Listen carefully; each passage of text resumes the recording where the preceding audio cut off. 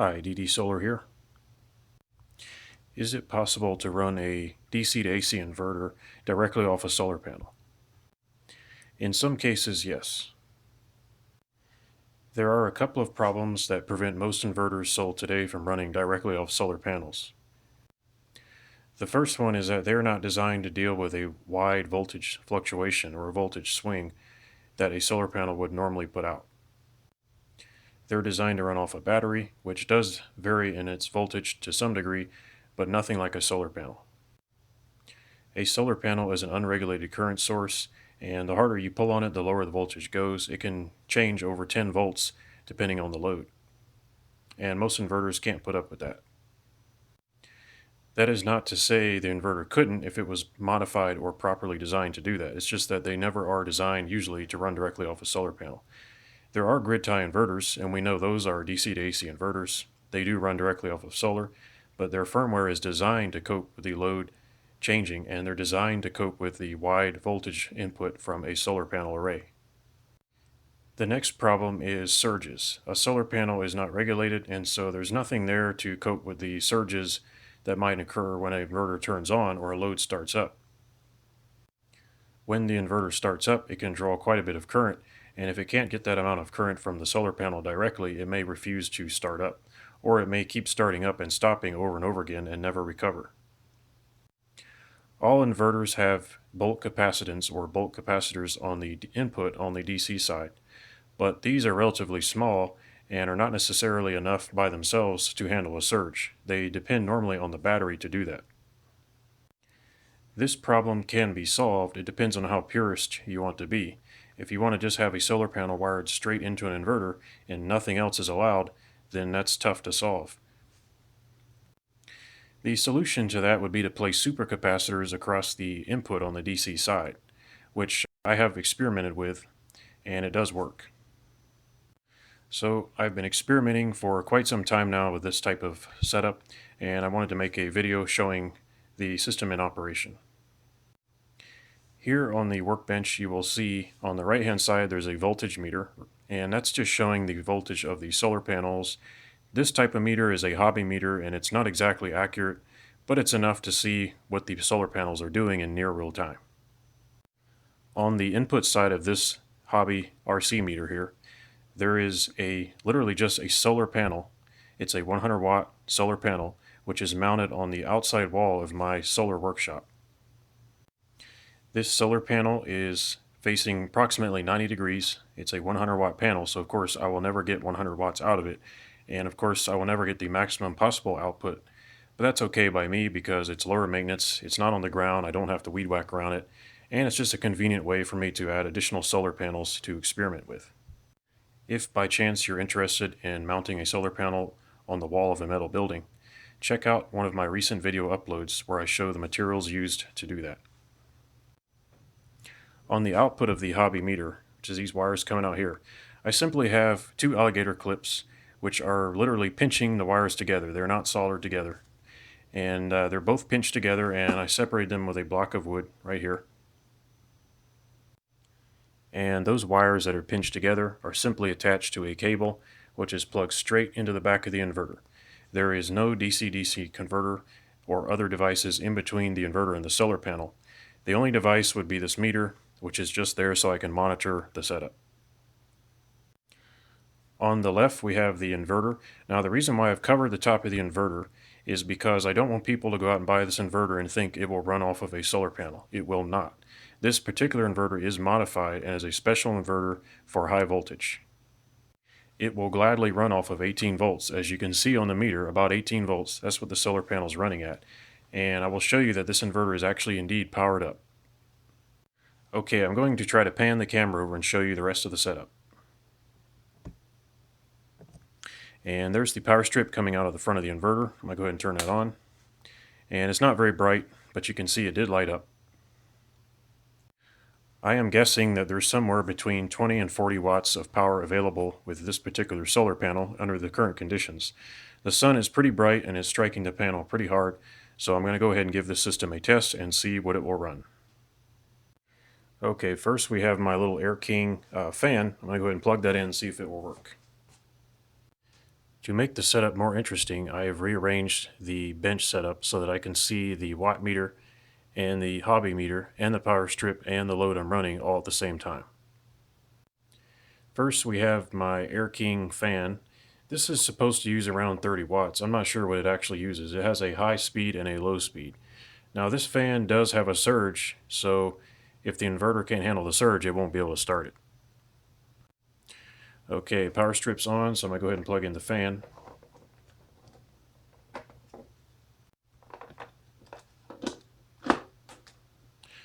And let's go ahead and turn it on high.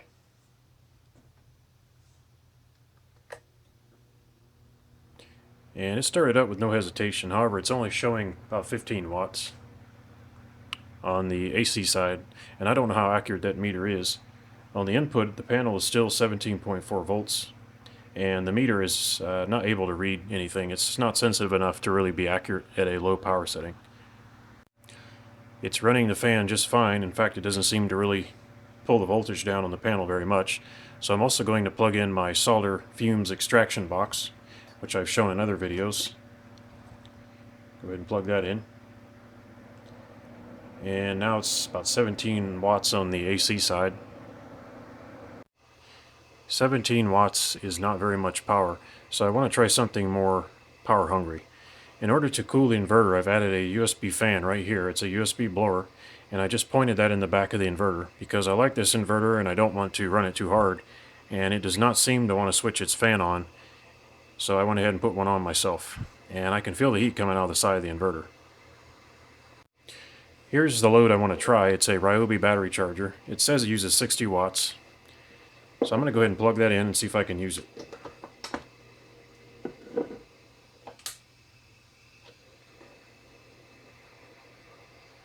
Okay, the charger is turned on, so now I need to get a battery.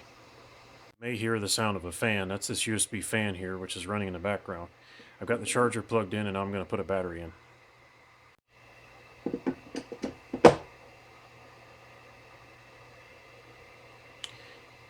And it does not look like it's going to be able to power the battery charger. It just has too much of a kick to it, and it's not able to start. You can see the red light on the charger is blinking.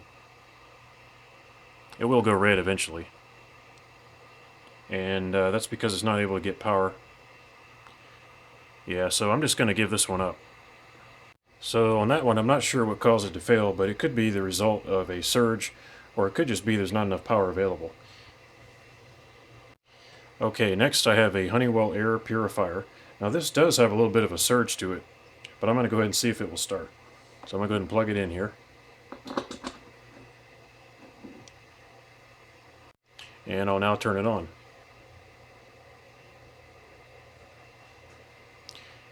And it's trying. Yeah, it's starting. So this has a bit of a surge, and you can actually hear the motor start. Makes a bit of a buzz. And it starts out on low. Let me go ahead and put it on medium. And now it's running on medium. Yeah, it's about 25 watts. And the solar panel voltage has dropped to 16.9 volts. And that hobby meter there is not picking up any current, so it's not very good at low power settings. I'm going to turn it on high now and see what that does. Okay, it's running on high, and that's still not very high, about 27 watts. And the solar panels have dropped to 16.7 volts, so there's still power available. I'm going to go ahead and plug in this little fan here and see what that does.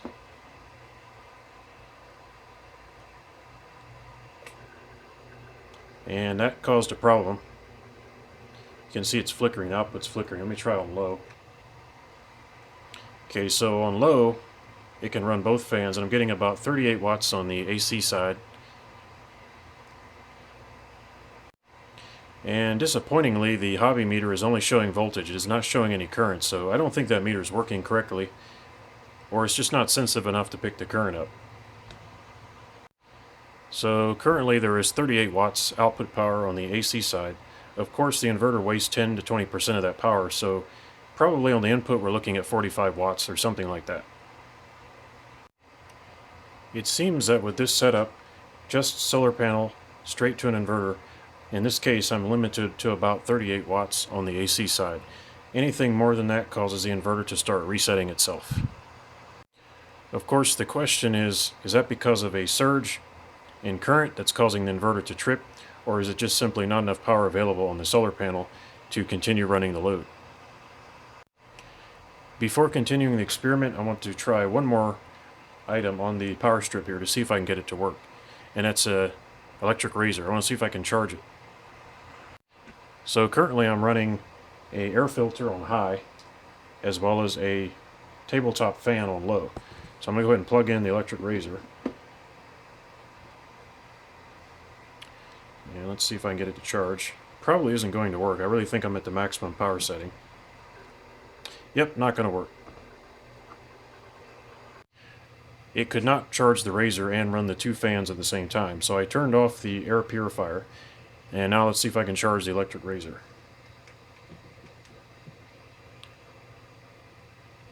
And yes, it uses about 5 watts. It is charging. So apparently I was just at the limit of power available from the solar panel. I don't think it was a surge, or it could have been a combination of the two. I'm going to see if I can leave the razor charging. The electric razor is still plugged in. The fan is running on low. Let me turn it back to high. And yeah, 19 watts. So there's still more power available. Let's see if I can turn the Honeywell air purifier up to the low setting at least. And it looks like the air purifier has quite a surge. It could not start while charging the electric razor and running the fan. Let's try turning the fan on low. It's having a really hard time. Yeah, I don't think that's going to work.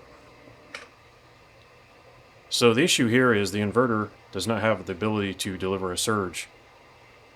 I think there's more power available if I had more surge capability. Okay, I managed to turn the tabletop fan on low. The air purifier is also running on low, and the electric razor is charging.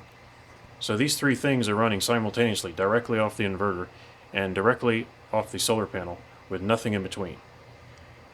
And I'm now getting a little over 40 watts on the AC side, so obviously there's a tiny bit more power available. Obviously this setup is useful in some way. It's currently running an air purifier, a tabletop fan, and charging an electric razor from AC power directly off a solar panel.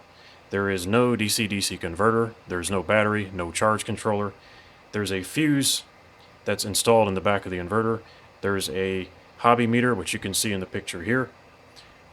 And there's also a meter here, but there's nothing there to help the inverter. This setup depends only on the inverter's input capacitance and whatever the solar panel is able to provide, and it has to cover surges as well as continuous operation. I could introduce a supercapacitor on the input, which technically is not purest. I'm now using a second device in addition to the solar panel, but it's not a DC-DC converter, and all it's going to do is add more capacitance, which the inverter already has inside of it. In the lower right hand corner of the screen, I'm pointing here, you can see my bench power supply. It's a miniature bench power supply. That's plugged into a separate solar panel, and I can use that to charge this supercapacitor bank up to about 15 volts. This is a 6 capacitor bank, and it's really a little bit under voltage for the application I'm using it for, but I think I'll be able to make it work. And besides, I'm just doing a quick test, so it should be fine. So I've set my power supply to about half an amp. This supercapacitor bank is completely empty, so there's nothing in it. So I'll need to charge it up. I'm going to go ahead and connect the negative alligator clip to the negative side and the positive alligator clip to the other side. I don't know if the wire will reach or not.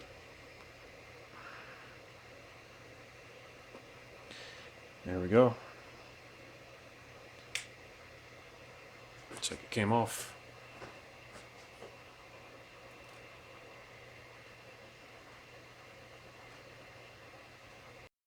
Okay, so the bench power supply is charging the supercapacitor bank. It's up to about 5 volts. Probably could put a little more current into it, but I'm going to let it sit at half an amp for now. Right now, the supercapacitor bank is not connected at all. I'm just charging it off a separate solar panel. As you can see, I'm still charging this electric razor directly off of the inverter and solar panel. Here I've added 2 alligator clips, black and red. The black and red alligator clips are actually the other end of the same ones you see here pinching these wires together. So these are attached through fairly long wires to the solar panels on the input side of this meter, and so that's where I intend to connect the supercapacitors. Of course, those wires are rather long, but I don't think it'll be a problem for this test. On the lower right hand corner of the screen, you can now see my Batco battery meter, which is attached to the supercapacitor, and I'm using this to monitor the cells to see what their voltages are. As you can see, cell number 6 is a little bit high. While the supercapacitors are charging up and are not connected to this setup, I'm continuing to run the air purifier, my tabletop fan, and charge this electric razor off of the inverter, which is running straight off the solar panel still. I'm beginning to think there's a surge problem that's preventing me from running a bigger load, but I'm not sure. Ideally, the supercapacitor would enable the inverter to start the loads more easily, and I might be able to get a little bit more power out of this setup. The backlight on the cell balancer was turned down low, so it's hard to see the screen. I turned the backlight up high and you can see this solar power going into the supercapacitors and the voltage is creeping up.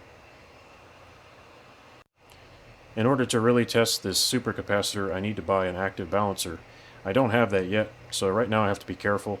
The balancing board that comes with this supercapacitor bank does not seem to work very well, and I'm not very impressed with it, so I'm not going to depend on it to really balance the supercapacitors.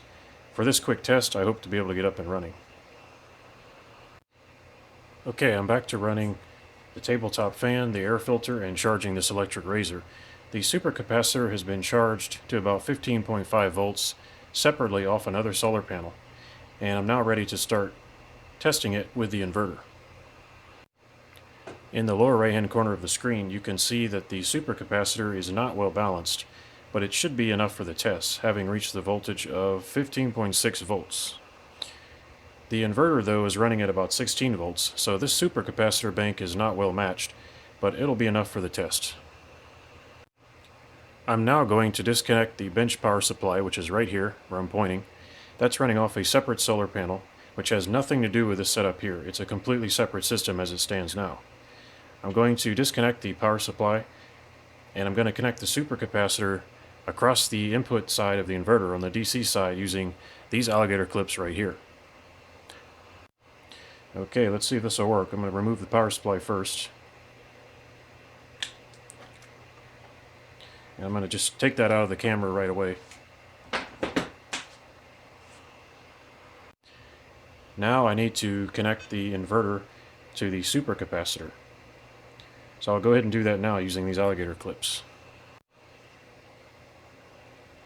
Of course, I need to make sure and get the polarity correct. So black is negative.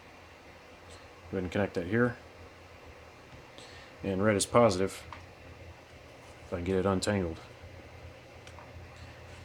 Okay, so the supercapacitor is 15.46 volts and falling, but the solar panel is running at about 16 volts. So I'm going to see, while all these loads are running and using about 36 watts, what happens if I disconnect the supercapacitor while it's live.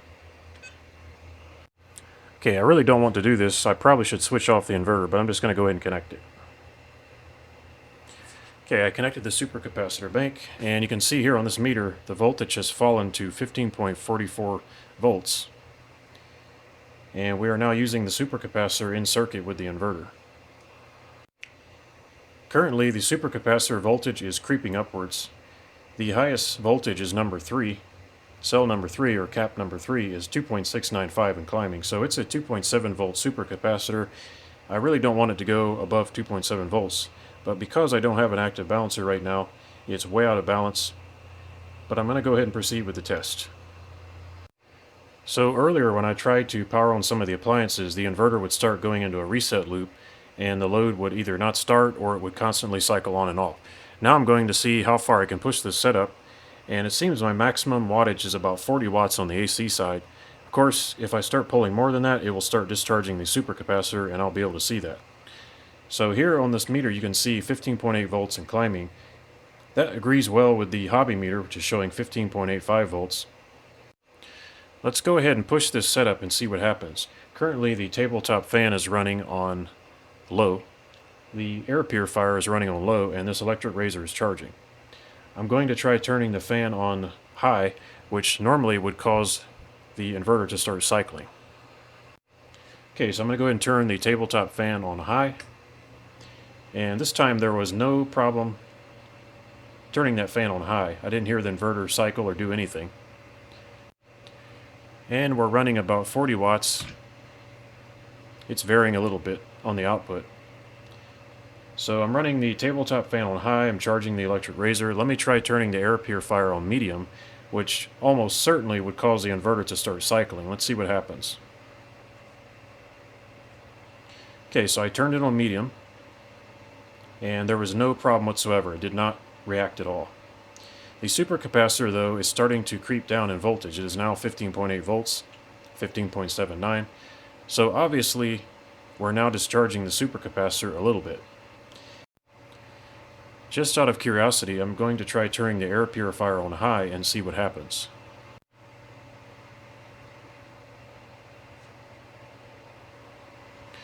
Okay, so it's not running on high. We're getting 43.4 watts on the AC side, 43 watts. But of course, that's going to be discharging the supercapacitor. It's now down to 15.68 volts and falling. In fact, it's falling quite rapidly, or at least it's noticeably falling. So obviously we are going to discharge the supercapacitor, but this brings in an interesting capability. Even though I'm running off of a solar panel directly and the supercapacitor is very limited, it does absorb surges, and it does slightly increase the amount of power you can get out of the setup for a period of time. And cycling a supercapacitor is dirt cheap compared to cycling an expensive lithium-ion battery and burning up a charge controller. Of course, charge controllers and batteries are wear items. They do have wear and tear, and they do wear out. It should be cheaper to cycle a supercapacitor bank hundreds or even thousands of times than any battery. I'm going to turn the air purifier back down and let the supercapacitor recover because I have another experiment I want to try. First, I'm going to turn the tabletop fan down to low, back down to 39 watts. And 39 watts is nearer the maximum I thought this setup could produce under the current conditions. The supercapacitor voltage is now starting to creep back up. So once again, that proves that my current setup is good for about 40 watts on the AC side, and that's pretty much the maximum that I can expect. Now I'm going to go get that Ryobi battery charger and see what happens when I plug that in. I forgot to mention that the air purifier has a fourth setting, which is called turbo. So with the tabletop fan running on low, I'm going to go ahead and turn that on and see what happens.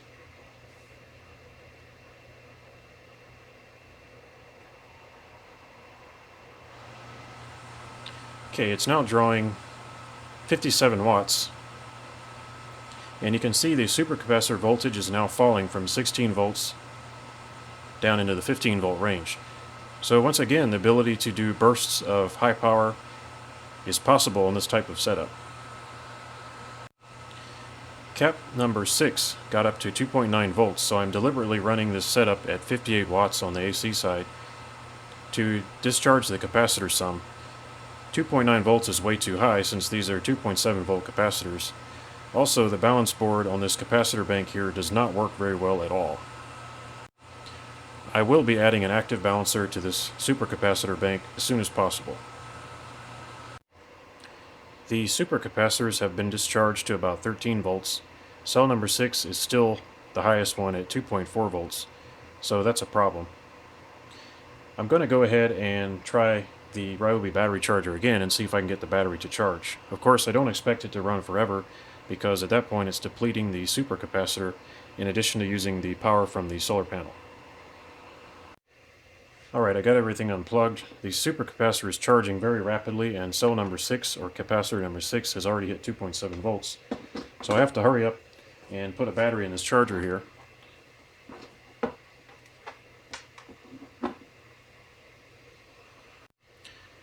Okay, let's try this again. Already up to 2.8 volts, that's not good.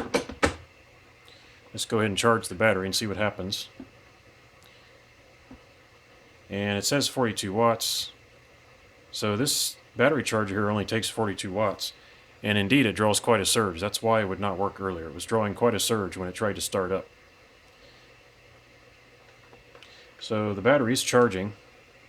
directly off of solar, but due to the fact that my supercapacitor bank is 2.8 volts on cell number 6, I have to draw more power on purpose.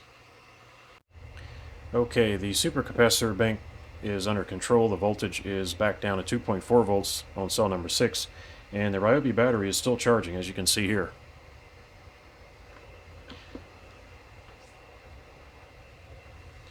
I have turned off the air purifier, and right now I'm getting about 43 watts. And the supercapacitor has fallen to about 11 volts. Okay, so actually what happened is a cloud just went over and the sun has gone behind a cloud, and that caused the power output to drop quite a bit. So as you can see, the inverter is running off of 11 volts now. I've turned everything off and I'm allowing the supercapacitor bank to recover. As the sun goes in and out, it's possible to see the voltage of the supercapacitors surging up and down. It's quite inconvenient when the sun goes behind the clouds because you don't have a lot of time. A supercapacitor array does not hold very much power. In summary, is it possible to run an inverter directly off a solar panel? Yes, you can in some cases. Some inverters can take the higher voltage and some cannot. An inverter running off of a solar panel has trouble starting inductive loads and loads with a surge. Backing the inverter with a supercapacitor is a good idea. It helps the inverter start inductive loads and loads that have a surge. It also gives you a small amount of reserve power in case the load is using too much power or the sun goes behind the clouds. I have now disconnected the supercapacitor because it was going out of balance too easily, and I don't have a balancer on it at the moment. And now it's running directly off the sun at 17.4 volts. I am charging an electric razor and I'm running an air purifier on high. This setup is useful for running small appliances. It cannot run large appliances, although if you had a bigger inverter, certainly that would be possible. It looks like loads with a surge are not really that practical to run off a solar panel unless you have a very large array of solar panels. It would be cheaper to add a small supercapacitor than to add 2 or 3 more solar panels, and even if you added 2 or 3 more solar panels, they probably could not match the surge capability of a supercapacitor. I'm going to continue experimenting with this type of setup, and I may make a follow-up video in the future. I hope you enjoyed this video about running an inverter directly off a solar panel. In my opinion, this setup is viable and could be useful in a variety of conditions. More videos are coming soon. Thanks for watching, and I'll see you later.